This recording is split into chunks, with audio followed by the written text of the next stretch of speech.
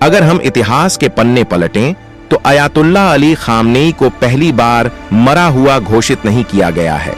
उनके साथ मौत का ये लुका छिपी का खेल दशकों पुराना है। 1981 में उन पर एक भीषण बम हमला हुआ था जिसमें वो बुरी तरह घायल हुए थे। उस वक्त भी पश्चिमी मीडिया ने उनकी मौत की खबरें फैला दी थीं, लेकिन कुछ समय बाद वो फिर से सामने आए।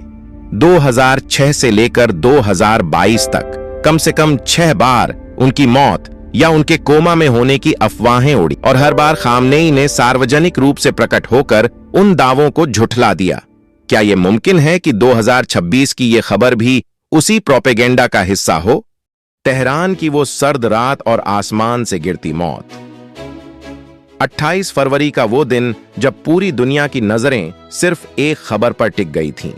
खबर ये कि ईरान के सबसे ताकतवर इंसान अयातुल्लाह अली खामनेई अब इस दुनिया में नहीं रहे।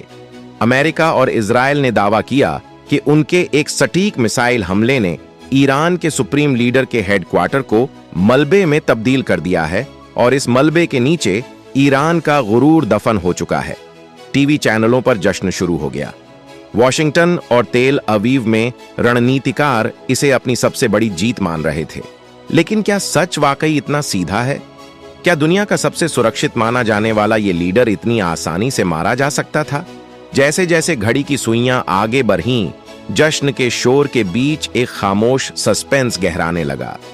सवाल उठा कि अगर खामनेई मारे गए तो फिर तेहरान से आ रहे उन फैसलों के पीछे कौन है जिसने पूरे मिडिल ईस्ट को हिलाकर रख दिया है?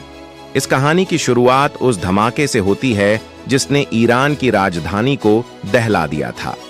बताया गया कि जिस वक्त हमला हुआ, खामनेई अपने टॉप कमांडर्स के साथ एक बेहद गोपनीय मीटिंग कर रहे थे।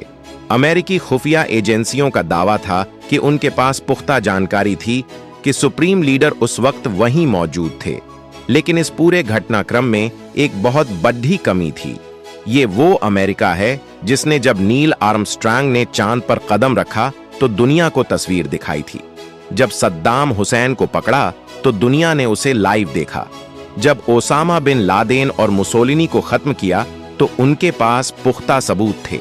मगर आज कई दिन बीत जाने के बाद भी खामनेई की लाश का कोई सुराग नहीं है। न कोई तस्वीर, न कोई वीडियो और न ही कोई आधिकारिक अंतिम यात्रा की पुष्टि। दुनिया पूछ रही है कि सबूत कहां है?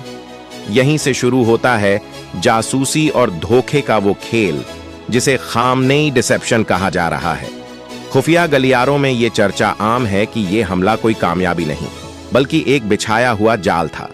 पूर्व जासूसों का मानना है कि इस खेल के पीछे रूस की खुफिया एजेंसी SVR और चीन की MSS।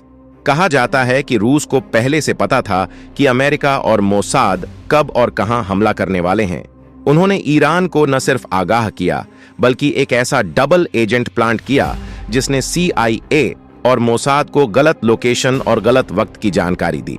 जब अमेरिकी मिसाइलें आसमान से गिर रही थीं, तब शायद खामनेई उन खुफिया सुरंगों के जरिए सुरक्षित निकल चुके थे जो उनके दफ्तर और घर के नीचे मीलों तक फैली हुई हैं।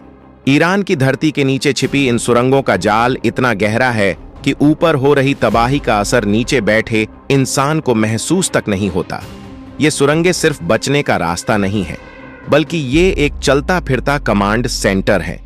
जानकार कहते हैं कि पूरे ईरान में सिर्फ 2 या 3 लोग ही ऐसे होंगे जिन्हें इस वक्त सुप्रीम लीडर की सही सलामत मौजूदगी का पता होगा।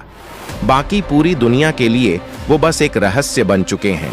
ईरान ने भी चतुराई से काम लेते हुए तुरंत 40 दिन के शोक का ऐलान कर दिया।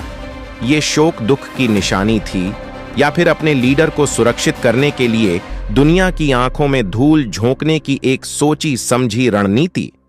अगर हम इतिहास के पन्ने पलटें तो अयातुल्लाह अली खामनेई को पहली बार मरा हुआ घोषित नहीं किया गया है। उनके साथ मौत का ये लुका छिपी का खेल दशकों पुराना है। 1981 में उन पर एक भीषण बम हमला हुआ था जिसमें वो बुरी तरह घायल हुए थे। उस वक्त भी पश्चिमी मीडिया ने उनकी मौत की खबरें फैला दी थीं, लेकिन कुछ समय बाद वो फिर से सामने आए। 2006 से लेकर 2022 तक कम से कम 6 बार उनकी मौत या उनके कोमा में होने की अफवाहें उड़ी।